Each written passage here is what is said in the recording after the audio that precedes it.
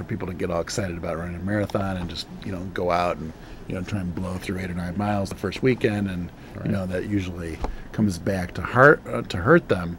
But are there tips that you can pass on from people that have made these mistakes to new walkers and runners so they can avoid those kinds of things?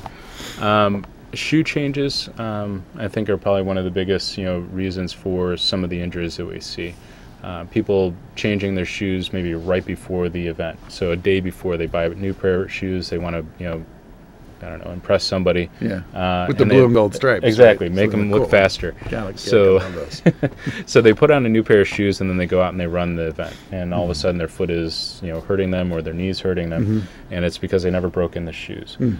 Typically through a marathon training program or walking program, you're probably going to rotate between 3 to 4 pairs of shoes during that time frame. Walking maybe less, maybe 2 times. But marathoners typically are going to run between 3 and 4 pairs of shoes. So you want to make sure that you rotate, evenly, and the wear patterns are going to be even, so that you're not running in an old pair of shoes and you're not wearing a new pair of shoes.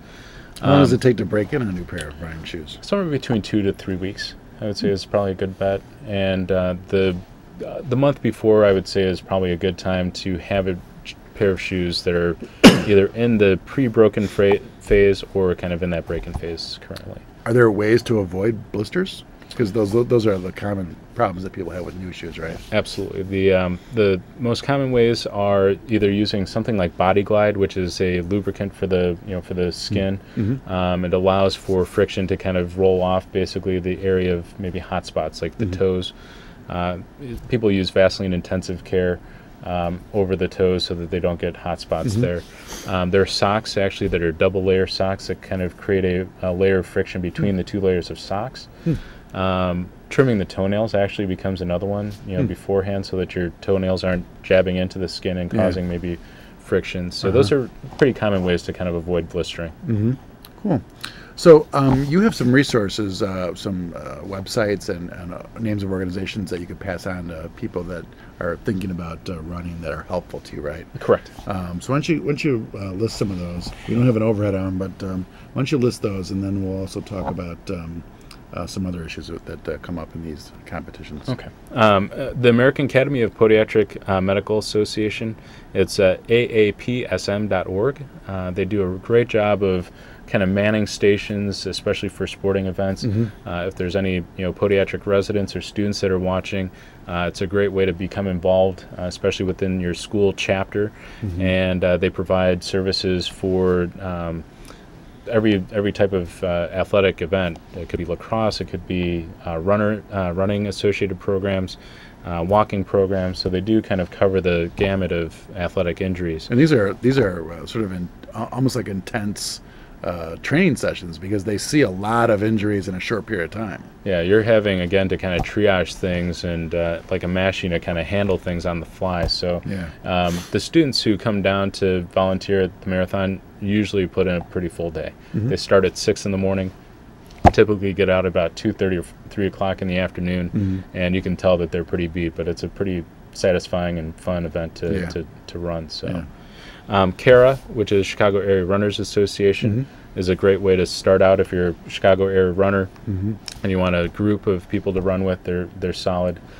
Chicago Endurance Sports is another one that incorporates kind of run walk, but they also have half marathon, full marathon training programs, as well as beginner programs. National AIDS Marathon, which I had mentioned before, Team in Training are 2 that we do work with quite often.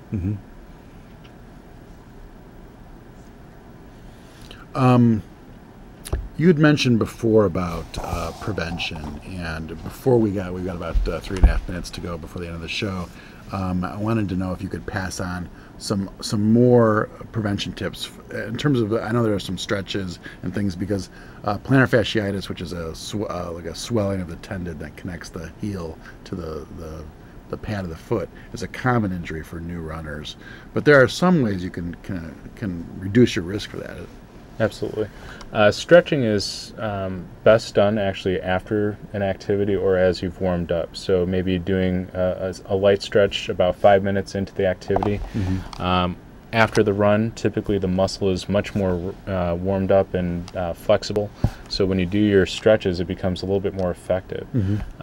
What we've gotten away from is what we call ballistic stretching, where you actually kind of bounce as you do the stretches, because you're actually almost creating micro tears of the fibers of the muscle, and that kind of defeats the purpose when you're going into, for example, a run where you've injured the muscle before you even started running. So the stretching becomes important, again, more afterwards, but consistency. And what we see too in our female patient population, especially professionals, when they're wearing heels, their calf muscles already tightened up, and then they're running, and then it's tightening up again on top of that. So the stretching becomes equally, if not more important, in our female patients. Almost as a transition between shoes, right? Absolutely. Flip-flops and heels and you name it. It becomes kind of the gamut of that muscle kind of going through different tensions. So. What other kinds of, you sort of specialize, and not that there's a podiatric sports medicine specialty per se, but you do see a lot of athletes, and there are podiatrists out there that tend to prefer seeing those kinds of patients. What kinds of lessons have you learned from those patients that you pass on to your non-athletic patients?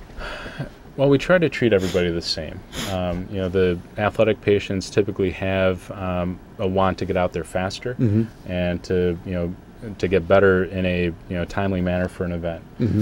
We try to pass that on to our patients who are maybe non-athletic because we're seeing obviously the improvements and the speed in which somebody can get better faster. So if we can, we try to use those techniques, be it with physical therapy or injectable medications or orthotics and things that maybe the general population wouldn't necessarily have access to. But again, it depends on the patient. If they're wanting to move in that direction, we try to. Okay.